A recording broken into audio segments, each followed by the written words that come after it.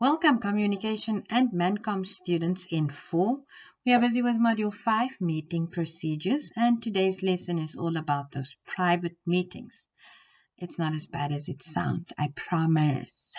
So, in the previous lesson, we talked about different types of meetings, and we said we get our public meetings, which include our Women's Day rallies and our political rallies and community meetings. But then you get private meetings where only members of a certain organization are allowed in these meetings, and they are invited in the form of a notice.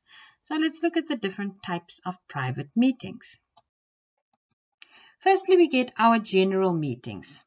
These occur at regular intervals, and they happen between these meetings between members of an organization.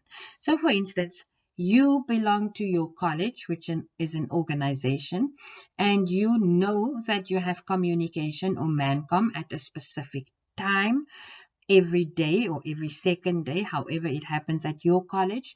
And those are regular intervals. So you know this meeting is going to happen, and you were given notice in the form of your timetable.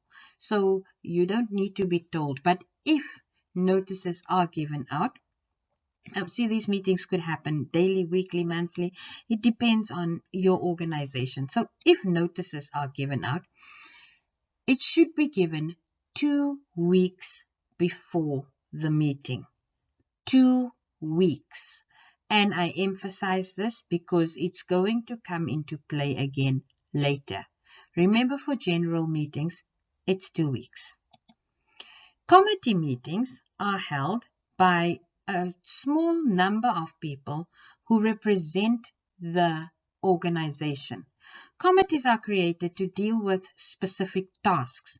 So at my campus, we have a disciplinary committee.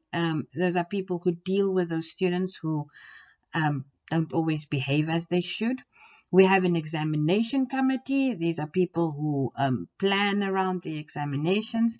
We have a social committee for when people have birthdays or farewells or things like that. So you see, these committees are created to deal with very specific tasks.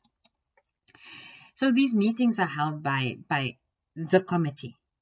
A committee meeting is attended by people who were elected to perform those specific tasks. Committees can be standing, permanent, like a social committee. They deal with all birthdays, all farewells, all welcomings, all those things. And it's the same number of people who deal with that over and over. So it's standing, it's permanent. Or it could be ad hoc, which means it's temporary. It is brought into life to deal with an issue on hand, and when the issue is solved, the committee is disbanded. So please know what ad hoc means. Huh? Okay, moving on. We get management meetings. This one speaks for itself. Management meetings are attended by members of management. They are also called command meetings because the management commands the organization. Does it make sense to you? It makes sense to me. Okay. They are held regularly by management, and they send out, or the assistant of the manager, main manager, sends out these notices. And these meetings happen quite often to make sure that the tasks are carried out so that the organization can reach its goals. Then you get your special or your emergency meetings. Now, these you can't plan beforehand. Special or emergency, or also known as extraordinary meetings, are held in times of crisis. These are held when something out of the ordinary, or out of an emergency or crisis happened, and quick decisions have to be made. This differs from the others that their notice period cannot be long because you can't predict a crisis or an emergency. So the notice period is anything from 48 hours to 1 hour before the meeting actually happens. Like I said, they're held in case of an emergency or a crisis. When you write the notice for a special meeting, The date on your notice cannot be more than 2 days before the meeting. We look at these things when we mark people. Please, please, I ask nicely. Annual general meetings are held once a year. Like it says, it's a general meeting held once a year by an organization where it's like big decisions are made. Management, who is the management? How much money, financial information is decided on. Like notice for an AGM must be given 2 months, up to 2 months before the meeting happens.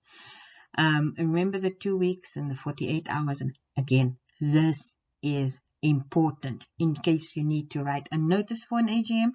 We will look at the date. We will see if it falls within the time frame, and we will penalize you if you didn't pay attention to this. In these AGMs, like I said, big issues are discussed: change of management, financial businesses, and things. So if you have any questions, email me at juffkayster@gmail.com. Supporting documents and notes for this module are available in my Google Classroom. You go to classroom.google.com. You click on Join Class and you enter the code NWUSR3W. Once again, thank you so much for tuning in. Thank you for listening to this class and supporting me. I'm looking forward to the next lesson.